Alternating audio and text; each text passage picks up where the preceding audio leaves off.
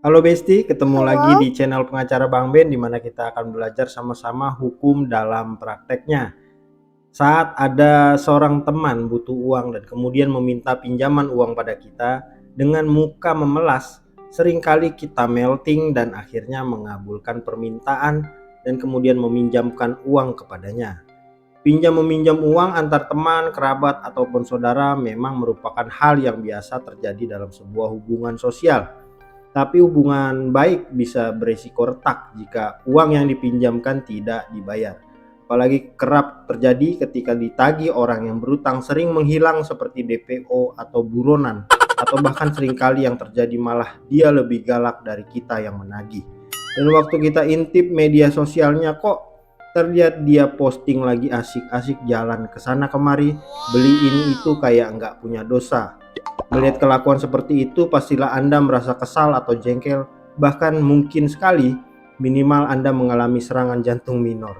Apalagi ketika Anda merogoh kantong dan melihat ternyata uang yang Anda miliki tinggal cibu rupiah. Itu pun setelah Anda menggabungkan semua recehan yang ada. Pernah mengalami hal seperti ini? Silahkan tuliskan di kolom komentar ya. Nah, sekarang kita bahas bagaimana sih cara mengatasi orang seperti itu. Langkah pertama adalah kirimkan surat teguran atau peringatan atau somasi agar teman Anda segera membayar seluruh kewajibannya. Langkah ini juga perlu dilakukan supaya apabila dia tetap ngeyel dan tidak mau membayar, maka langkah kedua Anda tidak dinyatakan prematur. Nah, langkah kedua apa yang saya maksud? Yang saya maksud adalah Anda bisa mengajukan gugatan, dan apabila nilai utangnya di bawah 500 juta maka Anda bisa mengajukan gugatan sederhana, serta Anda bisa memohonkan untuk dilakukan sita jaminan berupa harta kekayaan si tergugat dengan catatan bahwa objek yang kita mohonkan untuk disita tidak boleh melebihi nilai gugatan.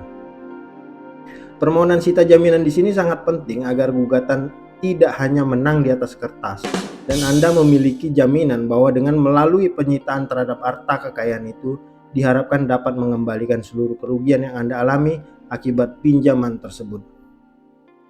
Dasar hukum gugatan sederhana adalah Peraturan Mahkamah Agung Nomor 4 Tahun 2019 tentang tata cara penyelesaian gugatan sederhana yang diterbitkan bertujuan untuk mempercepat proses penyelesaian perkara sesuai asas peradilan sederhana, cepat, dan biaya ringan. Terbitnya peraturan ini adalah salah satu cara mengurangi banyaknya perkara di Mahkamah Agung. Lalu apa syarat gugatan sederhana? Berdasarkan pasal 4 Peraturan Mahkamah Agung Nomor 4 Tahun 2019, syarat gugatan sederhana adalah sebagai berikut. 1. Para pihak dalam gugatan sederhana terdiri dari penggugat dan tergugat yang masing-masing tidak boleh lebih dari satu, kecuali memiliki kepentingan hukum yang sama. Kedua, terhadap tergugat yang tidak diketahui tempat tinggalnya tidak dapat diajukan gugatan sederhana. Yang ketiga, penggugat dan tergugat dalam gugatan sederhana berdomisili di daerah hukum pengadilan yang sama. Yang keempat, penggugat dan tergugat wajib menghadiri secara langsung setiap persidangan, boleh didampingi atau tanpa didampingi oleh kuasa hukum. Perkara gugatan sederhana tidak wajib menggunakan jasa pengacara atau advokat loh. Hal ini didasari pertimbangan bahwa nilai gugatan itu dikhawatirkan tidak sebanding dengan biaya jasa si pengacara itu sendiri. Ya iyalah Besti, nggak mungkin nilai utang hanya 10 juta lalu harus merogoh kantong untuk membayar pengacara sebesar ya katakan saja 25 juta. Secara hitung-hitungan ini udah rugi bandar kan. Nah, gugatan sederhana itu nantinya akan diperiksa dan diputus oleh hakim tunggal yang ditunjuk oleh ketua pengadilan. Perlu Anda tahu juga bahwa penyelesaian gugatan sederhana paling lama 25 hari sejak hari sidang pertama.